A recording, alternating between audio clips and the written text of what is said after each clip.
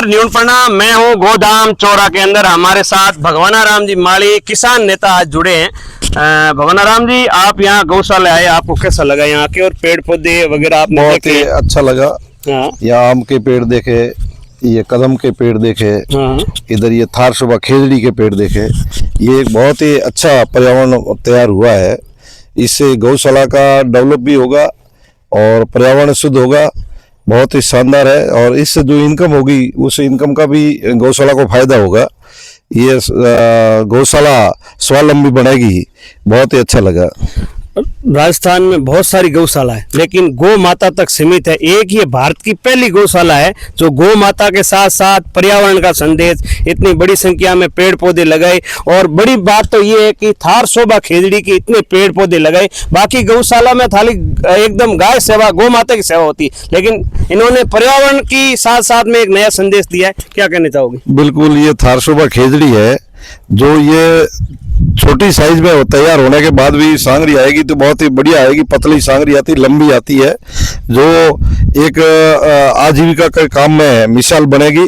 और ये सांगरी सब्जी बनाने में बहुत ही उत्तम होती है। इससे डायबिटीज में भी ये उपयोग में आती है।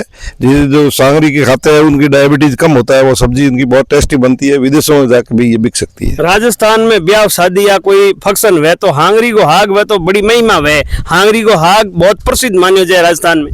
बिल्कुल, सांगरी का साग बहुत ही प्रसिद्ध होता है और कड्डी भी बनाते हैं तो सांगरी डालते हैं। हाँ। बहुत टेस्टी बनती है। अपने यहाँ राजस्थान में कड्डी का एक प्रचलन है जिसमें सांगरी और कुमटिया डालते हैं। और सब्जी भी सांगरी की बहुत फेमस होती है। कई होटल और ढाबों पे सांगरी की सब्जी खाने के लिए स्पेशल चला के लोग जाते हैं। ये यहाँ का मारवाड़ की एक फेमस आइटम है। आजकल का एक सिस्टम हो गया कि शादी होने के बाद लोग बड़ी बड़ी होटलों में जाते हैं, पिज्जा पार्टी करते हैं, केक वगैरह काटते हैं। तो हमारे यहाँ के नजदीक एरिया में एक ऐसा सिस्टम हो गया कि शादी करके आदमी तुरंत गोधाम चौरा पहुंचता है और अपनी दंपत्नी जीवन की यहाँ से एक नई शुरुआत करना चाहता। तो आप क्या कहोगे युवाओं को? बिल्कुल, गौ माता के दर्शन करने से अच्छी प्रेरणा मिलेगी और संस्कार भी अच्छा मिलेगा। और गौ माता का आशीर्वाद हुआ तो अपना परिवार भी सही फले फूलेगा। यही तो प्रेरणा मिलती है गौशाला से। और गायों की सेवा कैसी क्या रही यहाँ, आपने देखा आज घूमा? ना, बहुत ही शानदार गायों की सेवा है। यहाँ गायों के शानदार छाया की व्यवस्था है और टीन सेट बने, उसमें पंखे भी लगे हुए हैं। चारा गोदाम भी अच्छा है। सब व्यवस्था मैनेजमेंट और पशुआहार भी इनको समय पे देते हैं।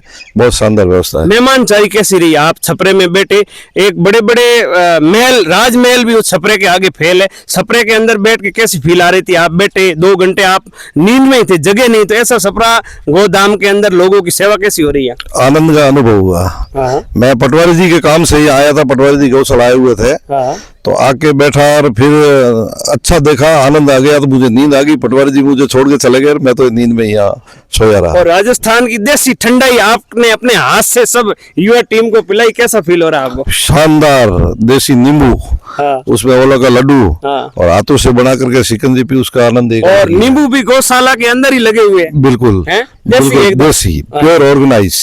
और ऐसा आनंद तो कोई आएगा ही नहीं। और ये आनंद लेने के लिए युवाओं को क्या कहना चाहोगे? कहाँ आना पड़ेगा इनको? गौशाला आकर के गायों की सेवा करें, बगीचों की सेवा करें और यहाँ आकर के गौशाला में नींबू वगैरह जो भी प्योर ऑर्गेनाइज आइटमों का उपयोग भी कर सकते हैं। तो इसका आनंद का अनुभव होगा। बहुत बहुत धन्यवाद। बहुत अच्छी बातें हुई और भी आपके आगे शेयर करते रहेंगे। धन्यवाद। आप किसान नेता भी हो, यहाँ पर्यावरण के जो एक बहुत अच्छा संदेश दिया है, तो सरकार की तरफ से इन गौशालों में ध्यान देना चाहिए जहाँ पर्यावरण, गौ माता के साथ साथ पर्यावरण की भी बहुत बड़ा संदेश दिया जा रहा है। बिल्कुल होना चाहिए। सरकार से भी मैं अपील करता हूँ कि गौशाला के साथ साथ ये पर्यावरण, बगीचा और पेड़ पौधे इस प्रकार होगा तो यहाँ का वातावरण ठंडा होगा, तो गायें भी सुखी होगी, हवा ठंडी आएगी, तो उससे अच्छा महसूस करेगी गाय, गौ माता, जिनका आशीर्वाद सरकार के ऊपर भी बना रहेगा अगर व्यवस्था दी तो। गांवों के अंदर छोटी छोटी गौशाला संचालित होती है, उसमें जिस प्रकार ये रामदेव गौशाला है, तो सरकार को भी इन जो अपने स्वयं गाँव के स्तर पे जो गौशाला संचालित कर रहे हैं उसमें सरकार का भी अच्छा योगदान होना चाहिए, जिससे इसका संचालन अच्छी तरह से हो सके। एक मेरा सरकार से निवेदन है कि हमारे राजस्थान की ये पहली ऐसी गौशाला है जो कभी कहीं रसीद लेके कोई गाड़ी किसी के दरवाजे पे नहीं गई है। ये रामदेव गौशाला ऐसी है जो सोशल मीडिया पे अपने गांव और अपने दम पे चलती है, ये कहीं इनकी रसीद नहीं है। तो ऐसी गौशाला पे सरकार को ध्यान देना चाहिए और यहाँ आके जो मंत्री है, बड़े बड़े नेता है, इनको देखना चाहिए कि आज तपता हुआ धूप कितनी आज टेम्परेचर राजस्थान के अंदर, चिड़िया वगैरह पक्षी, और इन्होंने जो कितना बड़ा फर्ज निभाया वो देखना चाहिए। पर्यावरण का बहुत बड़ा यहाँ से संदेश मिलेगा और भी गौशाला ऐसी तैयार होगी तो गौ माता के लिए बहुत अच्छा साबित होगा। धन्यवाद।